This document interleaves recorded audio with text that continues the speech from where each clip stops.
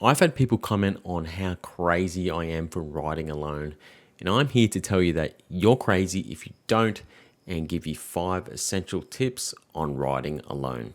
My name is Curtis, and welcome to an On the Backwheel video. If you haven't, make sure you consider subscribing. I've ridden by myself for as long as I can remember. As a kid, I'd burn around our property by myself. As I got older, I'd hit up the pine forest nearby on my motocross bike, and then I started riding enduro bikes in the bush. Nowadays, I'm onto adventure bikes, and a lot of the time, I'm by myself. Is that because I'm a Nigel no friends? No, I love riding with others. In fact, that is when I enjoy riding the most. But the fact is, if I was waiting on others, I'd nearly never ride. I can't tell you the amount of times I've put out the word and I get responses like, sorry mate, I'm working, or I can't, I've got the kids today, or I can't because I'm a boring I never ride and my bike probably has a flat battery, or the worst, I'm spending time with my wife. Some people, right? But seriously, I have given every one of these reasons because life is busy with work, family, houses, and everything else. It's tough to find time, and that's one of the main reasons I ride alone.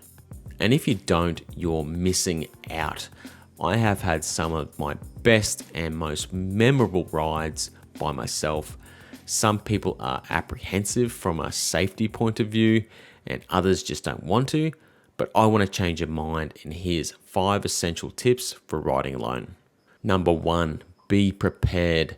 I take a backpack because I've generally got my camera gear as well, but you could just take a small tail bag or even a camelback and fit everything into that. I always take plenty of water and some basic food. Stuff like fruit, peanut butter sandwich, muesli bars, and lollies. This may sound pedantic, but this has really helped me on occasions where I have been stuck. Most of the time, I won't eat it, but you never know, and it's one less thing to worry about. I also take some basic tools, tape, and don't forget these zip ties. These are absolute lifesavers and will get you home. A great example I have is when I was in the USA, I was riding in the desert in New Mexico. I was having problems with my bike and took apart my carby.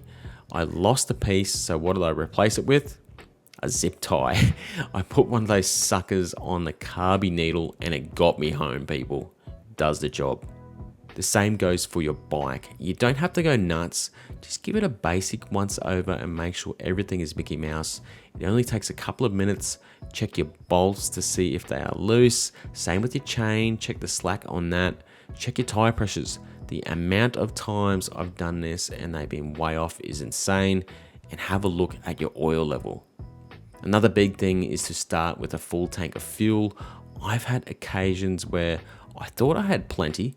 Then the ride ends up being longer than you think, or you get stuck and things don't go as planned, and you use way more fuel than you would think. Number 2, say where you are going. I have been bad at this in the past and learnt from experience. Tell someone where you are going. I make a point now of telling my wife or texting her where I'm going and aim to be back before dinner. If I'm going to be late because I've broken down, gotten lost, or stuck, I'll just let her know, but so saying, hey, I'm going to be late, so don't worry. It's actually gotten to a point where if I ring my wife now, this probably says something about me. She'll be like, what's happened this time? What's wrong? Even if I'm just ringing to say hi. And this leads me to point number 3, ride smart. What do I mean by this? It means choose your lines carefully. If something looks sketchy, think twice about tackling it. Check water crossings more thoroughly, or even better, go around them. I have been massively guilty of this in the past and it's gone bad, so take my word on this one. Don't get me wrong, you can still tackle difficult terrain, just be mindful. So before you do some massive hill climb or when the trail gets a bit tough, think about things like, what happens if I come off? If I go down this trail, can I get back up it on my own? Will I get stuck or hurt myself? You don't have to be overly cautious, hell, I'm not. Just be smart. Number 4, be aware of your abilities.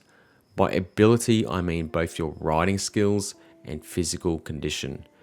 If you aren't confident in your riding abilities, pick your battles and work on the skills you have. There will be plenty of opportunities to push yourself when you're riding with others. When I say physical ability, I mean things like, how do I handle the heat? Am I fit enough to tackle this track by myself? And the biggest one, can I pick up my bike by myself? You need to be able to pick up your bike on your own, and further to that, in a number of different ways. More often than not, when you come off, it's in a crap spot. It'll be muddy, rocky, or on a hill, and it will be way harder than picking it up on your nice flat driveway. And if you're doing remote riding where you don't have phone reception, get an EPIRB. What is an EPIRB? The full name is Emergency Position Indicating Radio Beacon. Yes, it's an absolute mouthful, so we'll stick with EPIRB. I won't get too into it, but basically it is a device that sends out a distress signal when you're in trouble. I personally don't have one at the moment, but I am looking into getting one in the future. I'm very blessed in that where I ride, it's pretty close to civilization, or when I've been in a bad spot, I've been able to sort it out, walk to get help, or phone reception. Sometimes you aren't that lucky though, like if you come off and break your leg, for example, one of these things could save your life. Will you ever need one? Hard to say, but if you're doing remote riding by yourself, it is definitely something to look into. So when your mates can't go riding because they're lame and they've got work or want to spend time with their partners, screw those guys, go and have an amazing ride without them. Just don't be as loose as you would be with your crazy mates. Prepare a bit more than usual and you'll have a blast. All right, that's it from me, everyone. If you haven't, make sure you click the subscribe button. It really helps grow the channel and keep it on the back wheel. Catches.